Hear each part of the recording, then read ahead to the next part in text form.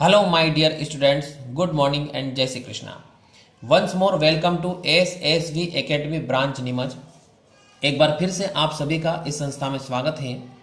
यदि आपने मेरा चैनल अभी तक सब्सक्राइब नहीं किया है तो प्लीज़ चैनल को सब्सक्राइब करिए, लाइक करिए और बेल बटन को दबाइए। BSc third year mathematics unit first paper first ले रहे हैं अपन और लेक्चर नंबर है 9। आज का टॉपिक है बेसिस ऑफ वेक्टर स्पेस। अब बेसिस का मतलब होता है आधार और वेक्टर स्पेस का मतलब क्या होता है? सदिश समष्टि, यानी सदिश समष्टि का आधार। अब ये क्या होता है?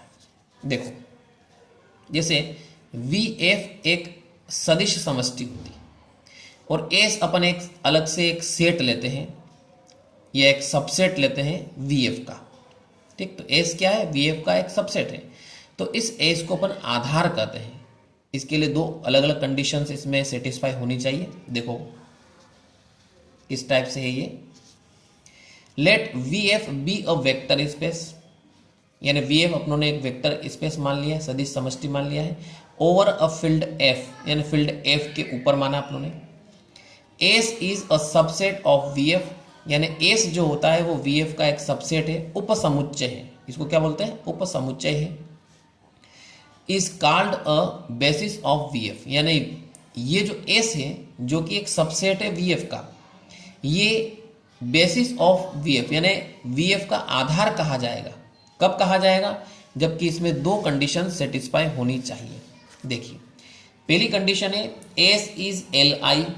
Li का मतलब होता है लीनियर इंडिपेंडेंट, यानी एक घाततः रेखिक स्वतंत्र। देखो हिंदी वर्ड थोड़े से अटपटे रहेंगे, इसको आप इसी तरीके से याद करो, अच्छा रहेगा। S is a linear independent. Clear? दूसरी कंडीशन है कि Ls equal to VF। It implies that, इसका मतलब यहाँ पे ये है कि जो S होता है वो VF को जनरेट करता है। ठीक है, S किसको जनरेट कर रहा है? VF को जनरेट कर रहा है, मतलब निर्मित कर रहा है। अब यहाँ पे इसका अर्थ ये अपन ये भी लगाएंगे कि इच एलिमेंट ऑफ V, यानी V के जो प्रत्येक अवयव है, is a linear combination of a finite number of elements of S, यानी S के परिमित संख्या में जो एलिमेंट होंगे, जो अवयव होंगे, उनका लीनियर कॉम्बिनेशन यानी रेखिक संचय के रूप में लिखा जाएगा VF के प्रत्येक एलिमेंट को। क्लियर?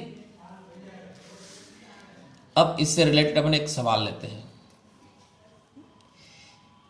ये क्वेश्चन 2011 में पूछा गया है। इस टाइप का एक क्वेश्चन निश्चित ही आपके एग्जाम में आता है। ऐसे 4-5 क्वेश्चन हैं जो अलग अलग सन में पूछे गए हैं, तो ये वाला 2011 में पूछा गया है। ठीक है, आज अपन 2 क्वेश्चन करेंगे। ये फर्स्ट क्वेश्चन कर रहे हैं अपन। दिखाइए कि सदिश 1 2 3 4 V2R या R स्क्वायर के लिए एक आधार निर्मित करता है, यानी show that vector 1 2 3 4 is generates are basis of V2R। अब यहाँ पे 2 जो लिखा है, अब इसको दो तरीके से लिख सकते हैं, या तो V2R लिखो या R स्क्वायर लिखो। तो 2 का मतलब होता है इसमें 2 डायमेंशंस है, क्योंकि देखो 2 ब्रैकेट आ रहे हैं। यदि 3 ब्रैकेट दिए जाएंगे तो V3R या R³ आ जाएगा, उसमें 3 डायमेंशंस आ जाएगी। क्लियर? अब देखिए इसको कैसे करते हैं। तो सबसे पहले अपनों ने यहां पे ये माना है कि S एक सेट मान लिया अपनों ने, 1 2 3 4 इज अ वेक्टर, एक सदिश मान लिया है अपनों ने, एंड साथ में 2 एलिमेंट मानते हैं अपन A1 और A2 belongs to R such that. अब ये दोनों एलिमेंट किस प्रकार से हैं कि इसको लीनियर कॉम्बिनेशन के रूप में लिखना है। A1 का मल्टीप्लाई इस ब्रैकेट में करना है फर्स्ट वाले में, फिर प्लस A2 का मल्टीप्लाई सेकेंड वाले ब्रैकेट में करना है, इक्वल टू क्या आएगा? 0 आ जाएगा। इज दैट क्लियर यहां तक? देखो अब इसके बाद क्या होगा। A1 से अंदर मल्टीप्लाई किया तो A1 यहाँ पे 1 है ना, तो A1 और 2A1, वापस इसमें A2 से मल्टीप्लाई करेंगे तो 3A2 और 4A2 इक्वल टू 0 0। अब देखो आगे क्या होगा। अब यहां से प्लस करना है तो संगत अवयव लेना है, सेम एलिमेंट लेना है, इधर से A1 लेना है, इधर से 3A2 लेना है। तो देखो क्या आएगा, A1 प्लस 3A2, फिर कोमा, सेकेंड लेंगे अपन, तो 2A1 प्लस 4A2, इस टाइप से लिख लेंगे इसको, और इक्वल टू क्या आ जाएगा, 0 0 आ जाएगा। अब अपन क्या करते हैं, दोनों साइड में कंपेयर करते हैं।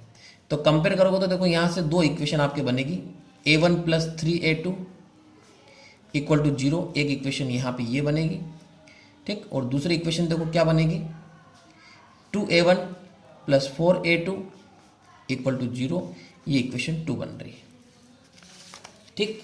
अब क्या करते हैं अपन, इन दोनों इक्वेशन को मैट्रिक्स फॉर्म में लिखेंगे। तो देखो मैट्रिक्स फॉर्म में किस टाइप से लिखा जाता है,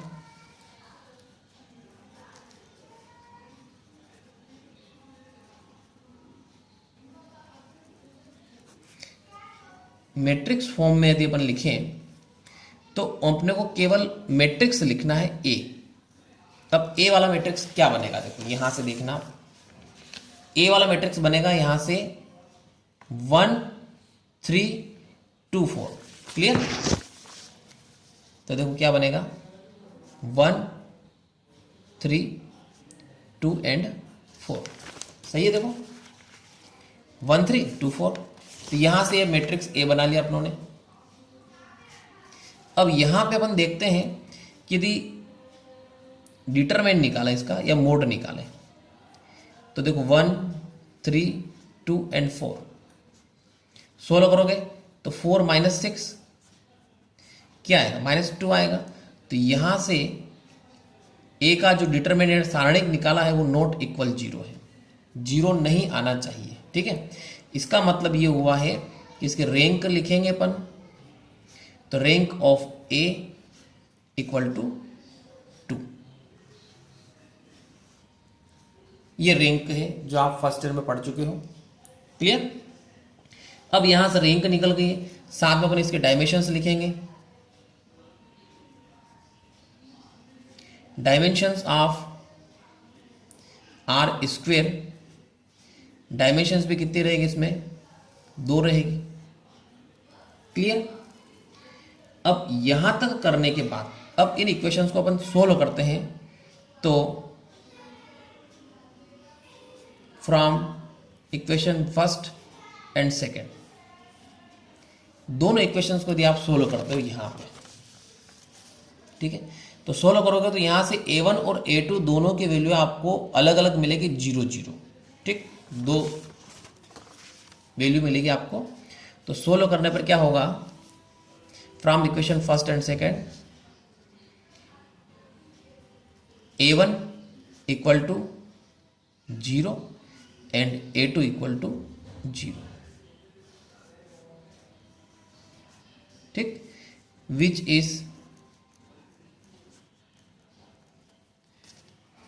ओनली वन सॉल्यूशन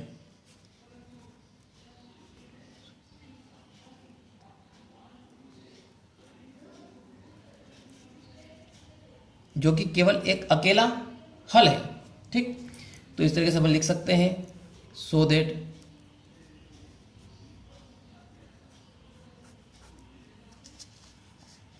यहां पर हम लिख सकते हैं कि क्या पूछा गया था, ये इसका एक आधार है, तो अपन लिखेंगे vector S equal to, S में क्या था देखो वो लिखना पड़ेगा अपने को, 1 2 एंड 3 4, ठीक। आर स्क्वेयर के लिए एक आधार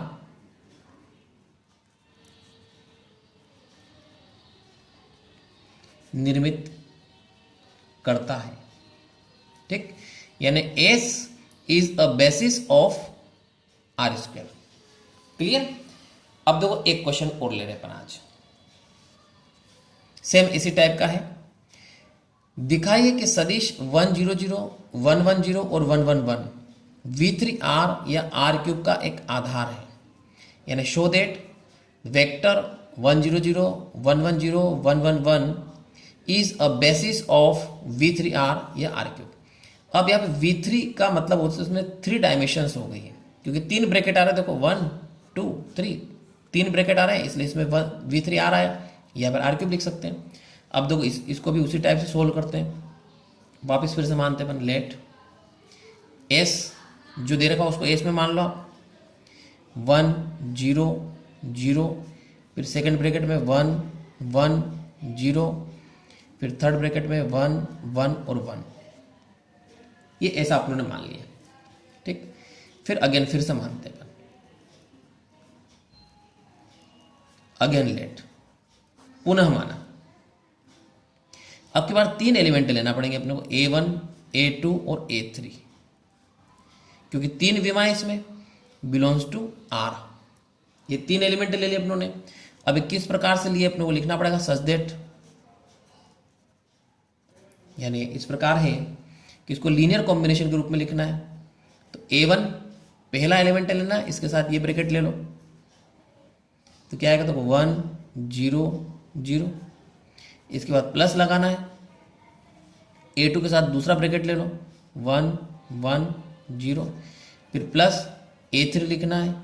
अब इसके साथ तीसरा ब्रैकेट ले लो, 1 1 और 1 और इक्वल टू 0। ठीक, अब देखो आगे सोल्व करते इसको। सबसे पहले अपन A1 से अंदर मल्टीप्लाई कर लेते हैं, देखो क्या आएगा, A1 0 0, यहाँ से क्या आएगा देखो, A2 0, फिर यहाँ से क्या आ जाएगा, A3 आ जाएगा, इक्वल टू इधर जो 0 है उसको 3 बार लिखना पड़ेगा, 0 0 0, इस टाइप से लिख दिया अपने 3 टाइम्स। अब क्या होगा कि इनको प्लस करना है, तो फर्स्ट एलिमेंट लेना। देखो यहाँ से ये वाला फर्स्ट, ये फर्स्ट, ये फर्स्ट, तो इन फर्स्ट को एक साथ लिख लो आप, A1 plus A2 plus A3 comma. अब सेकंड एलिमेंट लिख लो, 0 प्लस A2 प्लस A3। अब थर्ड एलिमेंट लिख लेंगे अपन, तो 0, यहाँ से 0, फिर प्लस 0 प्लस A3 और इक्वल टू 0 0 और 0।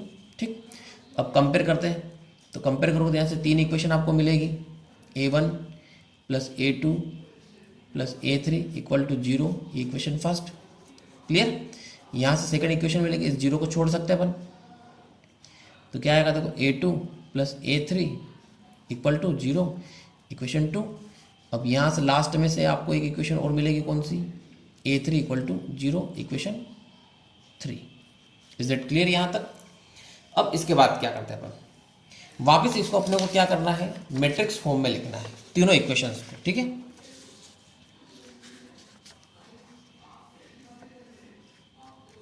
इन मैट्रिक्स फॉर्म,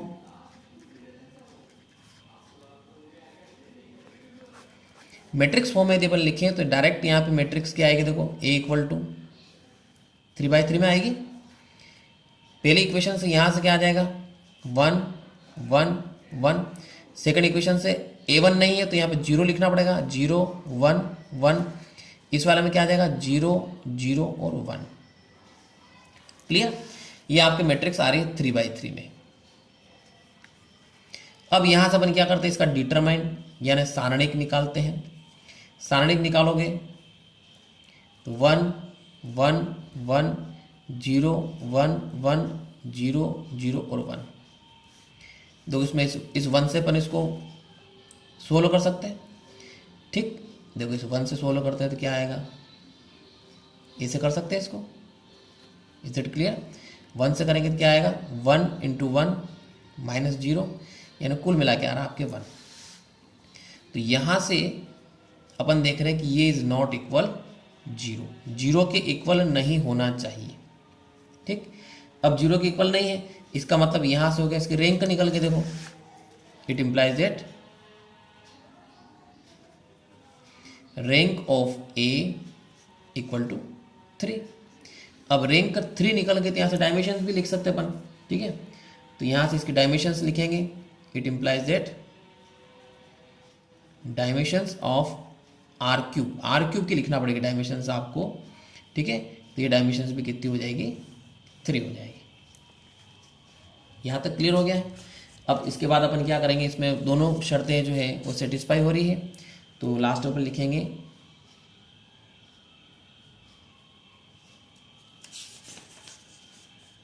देखो इसको किस टाइप से लिखना पड़ेगा, yes, so we can say,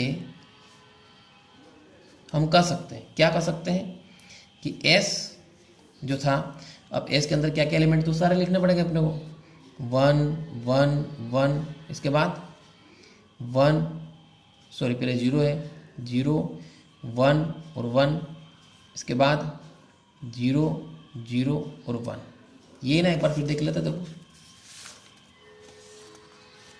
1 0 0 1 1, थोड़ा गलत लिख दिया है, यहाँ पे 1 है, यहाँ पे 1 है और यहाँ पे 0, क्वेश्चन के हिसाब से लिखना अपने को, ठीक है।